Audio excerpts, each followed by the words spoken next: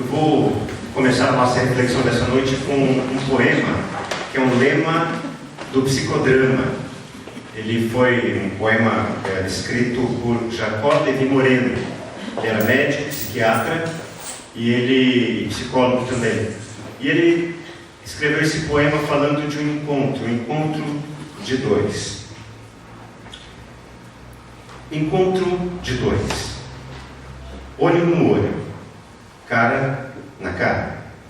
E quando estiveres perto, eu arrancarei os seus olhos e colocarei no lugar dos meus. E tu arrancarás os meus olhos e os colocarás no lugar dos teus. E então eu te olharei com os teus olhos e tu me olharás com os meus. Lindo esse poema, né? O desafio da gente conseguir olhar para o outro com o olhar dele e não com o nosso olhar. E sermos olhados pelo outro, não com um olhar preconceituoso, um olhar julgador, mas com os nossos próprios olhos. Esse é um desafio muito interessante. Esse mês estamos encerrando a série de reflexões no lugar de novos começos.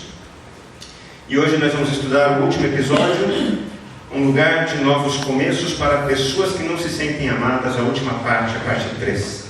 Eu quero convidar você a abrir a sua Bíblia no Evangelho de João, capítulo 4, versículos 25 a 30. Evangelho de João, capítulo 4, versículos 25 a 30. Diz assim a palavra do Senhor. Eu sei, disse a mulher, que o Messias, chamado Cristo, está para vir, e quando ele vier, explicará tudo para nós. Então Jesus declarou: eu sou o Messias, eu que estou falando com você. Naquele momento, os discípulos de Jesus voltaram e ficaram surpresos ao encontrá-lo conversando com a mulher. Mas ninguém perguntou: o que queres saber? Ou por que estás conversando com ela? E então, deixando o seu cântaro, a mulher voltou à cidade e disse ao povo: venham ver um homem que me disse tudo o que tenho feito. Será que ele não é o Cristo? E então saíram da cidade e foram para onde ele estava. Nós vimos nos episódios anteriores que Jesus está tendo um encontro demorado com uma mulher samaritana. Lembram que no primeiro episódio, a crise dessa mulher, porque ela era mulher samaritana e ela tinha esse preconceito, esse rótulo apegado ao coração dela, à mente dela. E quando Jesus, então, um judeu, um homem, se aproxima dela, ela fala: mas como pode? O Senhor sendo um homem, um judeu, vindo falar comigo que sou mulher samaritana? Os preconceitos, eles teimam em grudar no nosso coração, grudar na nossa mente e fazer a gente acreditar que a gente, na verdade, é aquele rótulo que um dia colocaram na gente. Careca, cabeludo, feio, bonito, preguiçoso, trabalhador. Esses rótulos teimam em ficar grudados na gente. Só que esse primeiro encontro de Jesus com a mulher fala justamente disso. Jesus olha para a gente além dos rótulos, além daquilo que é imposto sobre a gente. Então a gente percebe que no segundo movimento, no segundo episódio, Jesus toca exatamente na ferida dessa mulher, na sede dela. Eles estão num poço, o poço tira água para matar a sede. E Jesus então começa a falar da sede dela e oferece a ela uma água que nunca mais daria sede a ela, a água viva, que é a presença do próprio Deus na vida dela. Então ela se anima e ela fala: então dê-me de beber dessa água. E Jesus diz a ela: então chame o seu marido. E ela responde assim: eu não tenho marido. Então Jesus diz a ela: você disse muito bem, você não tem marido, você já teve 5. E o que está contigo agora não é teu marido, é um outro homem. A sede da alma dessa mulher, a sede do coração dessa mulher, era uma sede por aceitação. Ela achava que a felicidade dela estaria fora dela. Olhe bem para mim, por favor. Esse é um dos grandes equívocos do nosso mundo nesse momento. Nós achamos que a nossa felicidade está fora da gente. A nossa felicidade estará num carro novo, a nossa felicidade estará num contra-cheque poupudo, um salário muito bom, a felicidade estará num emprego maravilhoso, a nossa felicidade estará numa beleza radiante. Não. A felicidade não está fora da gente, a felicidade está dentro. A felicidade não é um fim, a felicidade é consequência daquilo que a gente tem feito e vivido. Então a conversa evolui para um rumo que Jesus não queria. Quando Jesus fala, chama o seu marido, vamos resolver essa questão da sua sede, ela desconversa, ela faz uma saída estratégica para a esquerda. Os meus antepassados disseram que aqui era um lugar sagrado, mas os teus antepassados dizem que Jerusalém é o lugar que você deve adorar a Deus. Qual é o lugar? Então Jesus pega esse atalho dela, puxa de novo para o centro e diz, mulher, não é neste lugar e não é em lugar nenhum. Porque haverá um momento, que já chegou, em que as pessoas se relacionarão com Deus, não mais por causa da religião, mas através de um relacionamento íntimo, um relacionamento apropriado. Então, a conversa evolui para esses versículos que nós lemos. Ele se revelando Messias, os discípulos surpresos, a mulher também surpresa, e a gente vai entender um pouquinho mais. Quero mostrar um vídeo para vocês, quero que você veja com muita atenção.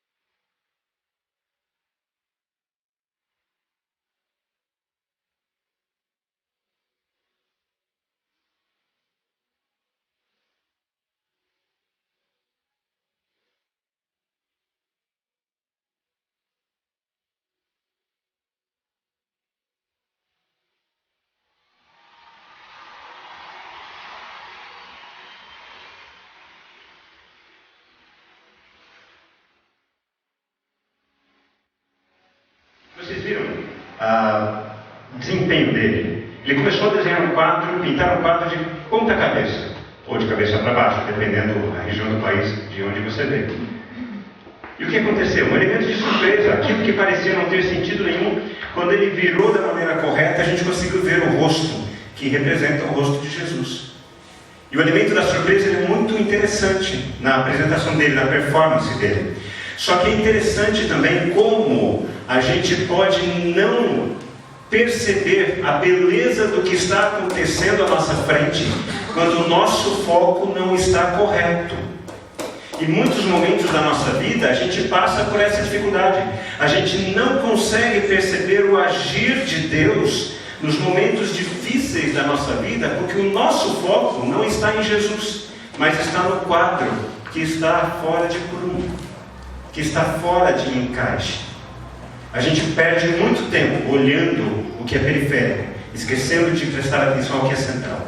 Então o convite para essa noite é a gente olhar esse último momento e prestar muita atenção em Jesus. Mas antes de olharmos para Jesus, vamos ver, porque o elemento central dessa narrativa é surpresa. Há duas pessoas, dois grupos, aliás, um grupo e uma mulher. Os discípulos e a mulher. E a gente consegue perceber que o primeiro elemento de surpresa está com os discípulos.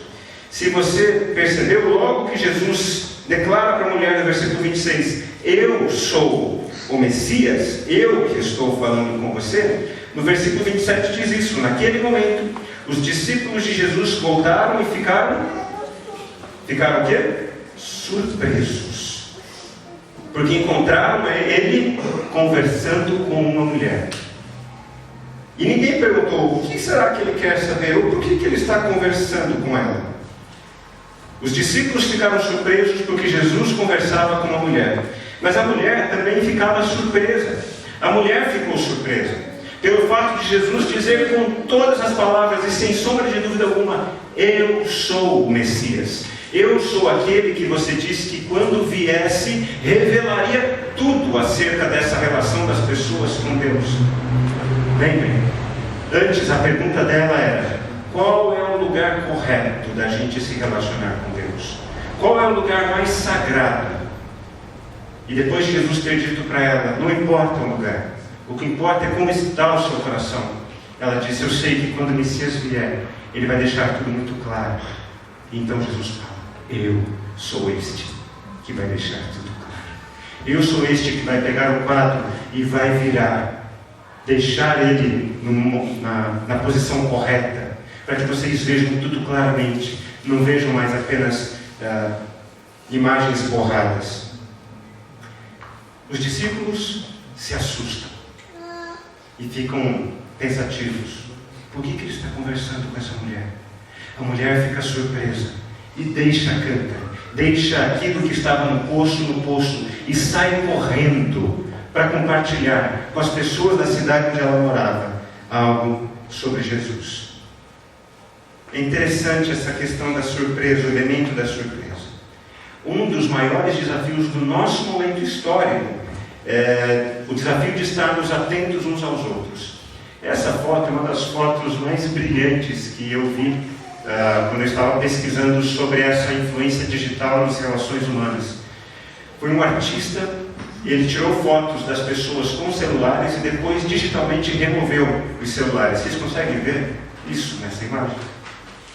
O que parece essas crianças se removermos os celulares delas? Elas estão completamente desconectadas. E essa é a grande crise do nosso momento. Estamos conectados 24 horas por dia, estamos virtualmente conectados, mas na vida real estamos tão desconectados que a gente não consegue mais se relacionar, a gente não consegue olhar o outro com os olhos dele. E a gente não consegue que os outros nos olhem com os nossos olhos. Vinícius de Moraes, ele dizia uma frase fabulosa sobre isso. A vida é a arte do encontro, embora haja tanto desencontro pela vida. A vida é a arte do encontro, embora haja tanto desencontro pela vida.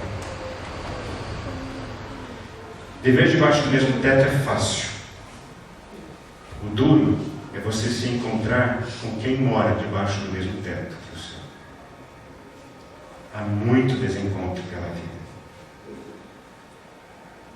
É fácil você ver o seu filho crescer, biologicamente, fisiologicamente, mas é muito fácil você se desencontrar do seu filho no meio do caminho.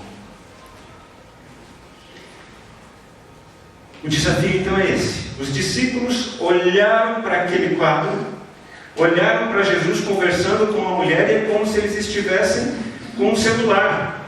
Eles estavam vendo a situação, talvez estivessem até filmando, talvez estivessem até tirando uma selfie, mas eles não estavam presentes naquele momento. Eles não estavam conseguindo entender a grandeza daquele momento.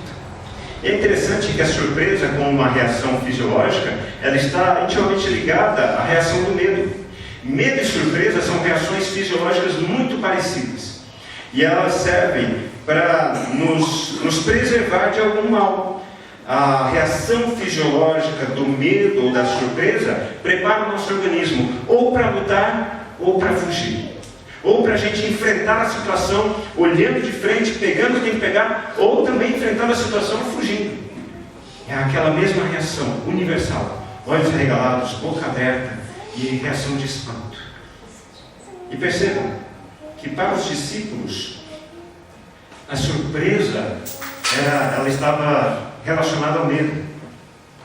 O mestre conversando com uma mulher aqui na região de Samaria, uma pecadora. E para a mulher a reação de surpresa era outra. O Messias está falando comigo. Olhem bem para mim. Nós que fomos criados em igreja, a nossa tendência é termos uma dessas duas reações. Quando começamos a ser apresentados ao Evangelho, ou nós nos surpreendemos com Jesus e a graça de Deus e o Evangelho, e isso nos faz agir de alguma maneira positiva, ou nós começamos a nos escandalizar com o que está acontecendo, com pessoas que estão chegando e não faziam parte da nossa comunidade religiosa, e então nós ficamos em dúvida. A pergunta é: qual tem sido a sua reação? Uma noite, um velho índio falou ao seu neto sobre o combate que acontece dentro das pessoas. E o avô disse o seguinte: a batalha, meu neto, é entre os dois lobos que vivem dentro de nós. Um é mau, é a raiva, a inveja, o ciúme, a tristeza, o desgosto, a cobiça, a arrogância, a pena de si mesmo, a culpa, o ressentimento, a inferioridade, mentiras, orgulho falso, superioridade, ego. Só coisa boa. E o outro lobo, meu neto, é o lobo bom. É alegria, fraternidade, paz, esperança, serenidade, humildade, bondade, empatia, generosidade, compaixão, fé. E o netinho, ouvindo o avô contar essa história, ele arregalou os seus olhos num gesto de surpresa. Existem dois lobos dentro de mim, vovô? Um lobo mau e um lobo bom? Sim. E aí o netinho fez a seguinte pergunta: e qual lobo vence no final das contas, vovô? E o velhinho respondeu: aquele que você alimenta. O lobo que você alimenta é o lobo que no final das contas vence. Miguel de Cervantes, um escritor espanhol, autor do clássico Dom Quixote, olha o que ele escreveu nesse clássico. Vamos ler juntos, contando, quando eu contar até 3, nós vamos ler juntos. 1, 2, 3. Um dos efeitos do medo é perturbar os sentidos e fazer com que as coisas não pareçam o que são. Um dos efeitos do medo é bagunçar, é perturbar os nossos sentidos e fazer com que as coisas não pareçam o que são. Lembra quando você tinha 6 anos de idade? Como Como é que era o seu quarto? Você dormia sozinho? Dormia com irmãos? O seu quarto era muito escuro ou tinha que deixar alguma luz acesa? Porque você tinha medo do bicho que tinha debaixo da sua cama. Você tinha medo do bicho que estava no seu guarda-roupa. Você tinha medo do bicho que estava do lado de fora da sua casa. O medo, ele tem esse poder de assumir proporções que não são verdadeiras. E o medo faz a gente fugir. A nossa reação imediata ao medo é fugir, não é enfrentar. Porque no final das contas a gente quer preservar a vida. Os discípulos olharam para aquela imagem, Jesus conversando com uma mulher, e eles paralisaram. Eles não quiseram nem saber, eles não quiseram arrancar os olhos deles e pegar os olhos da mulher e colocar os olhos da mulher neles. Eles não quiseram tentar entender o porquê dessa atitude.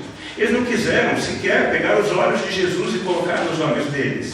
Eles olharam para aquela situação e ficaram paralisados, não sabiam como reagir.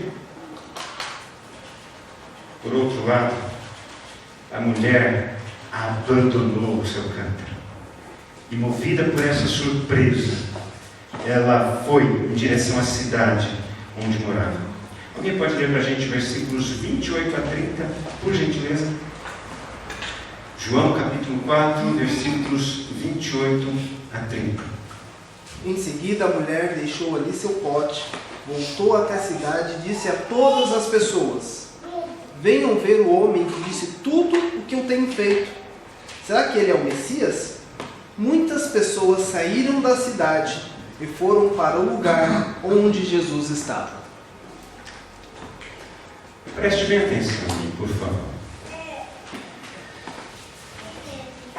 Uma das nossas maiores crises é que a gente se converte à igreja antes de se converter a Jesus Cristo. E percebam o que aconteceu com essa mulher. Quando essa mulher entendeu que Jesus não era apenas um homem, não era apenas um judeu, mas ele era o Messias, aquele que eles estavam ansiando, que estavam aguardando, ela simplesmente parou tudo o que estava fazendo. E movida por esse ímpeto, ela resolveu fazer alguma coisa. Ela resolveu compartilhar. Gente, eu encontrei o Messias, eu fui encontrada por ele. Alguma coisa está mudando na minha vida. É quase como se fosse um fogo, né, Rodrigão? Que toma a gente por dentro e a gente não sabe como reagir. E a gente tem que reagir de maneira positiva. Talvez você tenha vivido essa experiência em algum momento da sua vida, quando você compreendeu. E não é um processo meramente racional, é uma experiência, é uma relação, é um relacionamento. É algo que incendeia a gente de dentro para fora. Porque a verdade é que essa mulher, ela não se sentia aceita, ela não se sentia amada. Mas quando ela entendeu que o Messias, o homem santo, o Deus que havia se tornado homem, estava ali, estava conversando com uma mulher que não era de igreja nenhuma, uma mulher que não era religiosa, pelo contrário, era uma mulher de uma índole, aos olhos humanos, uma índole má. Era uma mulher pervertida, era uma mulher perversa, mal falada na cidade, onde já se viu. Teve 5 homens, e agora o homem que está com ela não é nem marido dela, é marido de outra. Quando ela entendeu isso, que ela não conseguiria fazer nada para se sentir aceita por Deus, para ser aceita por Deus, mas que Deus a aceitava simplesmente porque era uma escolha de Deus, aquilo transformou a sua vida. Quando ela compreendeu a graça de Deus, ela quis compartilhar automaticamente dessa graça com as outras pessoas. O Lau, aquele pastor que está acompanhando a gente, ele falou para a gente uma vez isso, e ele escreveu em seus livros a definição de graça. Graça é isso, o movimento de Deus na direção do homem, a fim de transmitir a sua própria natureza. O que significa isso?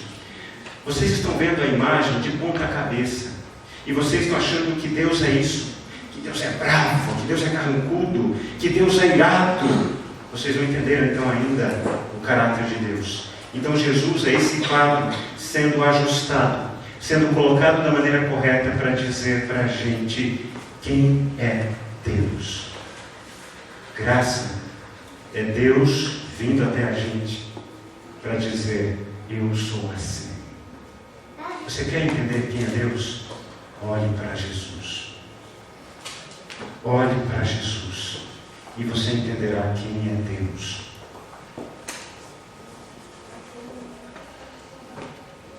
Há 3 formas básicas da gente se relacionar com Deus. A primeira forma é essa aqui da minha direita. É a forma da não religião. Ela é baseada na indiferença. Eu vivo como eu quero, seguindo os meus desejos. E o que caracteriza a não religião é o egoísmo, a busca pelo prazer. Viva o momento. Isso é o que importa. E ela é baseada na rebelião. Não quero saber de Deus. Deus não existe para mim. Deus não atendeu os meus anseios. Deus não existe para mim. Esse é o ato da não religião. É uma forma de você se relacionar com Deus. Existe o outro extremo, aqui à minha esquerda, que é o extremo da religião. Eu me relaciono com Deus na base da religião. E o que marca quem vive na religião não é a indiferença, é o medo. Pessoas que foram criadas na religião morrem de medo do inferno. Não se relacionam com Deus porque o céu é bom. Se relacionam com Deus porque o inferno é horrível. E qual é o lema do coração de quem foi criado na religião? Eu vivo para obedecer regras, para ser aceito. Se a não religião diz: eu não estou nem aí para regras, eu vivo como eu quero, segundo os meus desejos. Quem vive na religião pensa assim: se eu fizer tudo certinho, eu serei aceito por Deus. E a imagem que se constrói de Deus é uma imagem deturpada. É um Deus Papai Noel. Se no final do ano você foi um bom menino, o que vai acontecer com você? O que o Papai Noel vai fazer com você? Te dá presente. Se você foi um bom menino, no final da sua vida, o que Deus vai fazer com você? Te dá o céu. Pronto. E percebe como as imagens são iguais? Um velhinho de barba branca que dá presentes no final. E o que marca quem vive na religião? Religiosidade, julga os outros e alguém sem piedade. Um religioso, quando alguém pisa na bola, ele é o primeiro a falar: esse não pode mais estar no nosso grupo, porque nós somos bons. E quem se relaciona com Deus por causa da religião, a sua relação está baseada na punição. Deixa eu fazer tudo certinho, senão Deus vai me punir. Eu não vou fumar, eu não vou beber, eu não vou xingar, mas eu vou julgar os outros, eu vou pensar mal dos outros, eu vou acusar os outros. Porque quem vive na religião vive apenas no aspecto do comportamento. São 2 formas de você se relacionar com Deus, equivocadíssimas, diga-se de passagem. Mas há uma terceira via, que é a via que Jesus apresenta a essa mulher. E a terceira via que Jesus apresenta é o Evangelho. E o que caracteriza o Evangelho não é nem a indiferença e nem o medo, mas é o amor. E a consciência de quem compreendeu a graça de Deus é esta: eu sou aceito por Deus. E porque eu sou aceito, independente se eu faço as coisas certas ou erradas, eu obedeço. Eu obedeço por gratidão. Eu não obedeço por medo da punição. Eu não obedeço porque eu sou obrigado. Eu obedeço porque eu tenho uma relação de amor com Deus. E quem vive no Evangelho, vive movido por gratidão. Ama a Deus, amando as pessoas. Os discípulos não tinham aprendido ainda do Evangelho. E uma mulher promíscua, samaritana, estrangeira, entendeu o Evangelho de uma maneira muito rápida. E ela correu para ajudar os seus vizinhos. Alguém leia para mim o versículo 39 em diante. O que aconteceu com esses vizinhos da cidade dela? Por gentileza. Muitos samaritanos daquela cidade cresceram nele. Em virtude do testemunho da mulher que anunciara, ele disse tudo quanto tenho feito. Vindo, pois, os samaritanos ter com Jesus, pediam-lhes que permanecesse com eles, e ficou ali 2 dias. Muitos outros cresceram nele, por causa da sua palavra, e diziam à mulher: Já agora não é pelo que disseste que nós cremos, mas porque nós mesmos temos ouvido e sabemos que este é verdadeiramente o Salvador do mundo. Olha que coisa linda, gente. Qual foi o testemunho dessa mulher? Tem alguém que está dizendo tudo o que eu fiz. Agora imagine a coragem dessa mulher para chegar e falar: vocês me conhecem, vocês sabem o que eu pensava acerca de mim. Vocês sabem o que vocês pensavam acerca de mim. Eu estou na boca de vocês. Mas teve um homem que disse, e ele conseguiu ainda mais do que dizer tudo aquilo que eu tenho feito, ele conseguiu olhar para dentro de mim, apesar dos meus rótulos. Ele conseguiu olhar para mim, apesar dos meus pecados. E ele me disse que eu sou bem-vinda. Eu, uma mulher que fez tudo errado, sou bem-vinda. Ela não convidou as pessoas da cidade: venham à minha igreja, venham para a minha religião, venham ver Jesus. Venham ver Jesus. E uma vez que as pessoas da cidade viram e ouviram Jesus, eles falaram: nós cremos agora, não apenas porque você disse, mas porque nós vemos e ouvimos o Salvador. Nosso desafio não é levar as pessoas para a igreja, não é trazer as pessoas para cá. Nosso desafio é nós irmos até as pessoas e dizermos: olhem o que Jesus tem feito na minha vida. Vejam o que Ele tem feito na minha vida. Venham ver Jesus.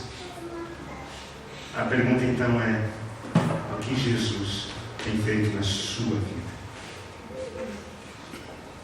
A pergunta não é o que a igreja tem feito na sua vida, mas o que Jesus tem feito na sua vida.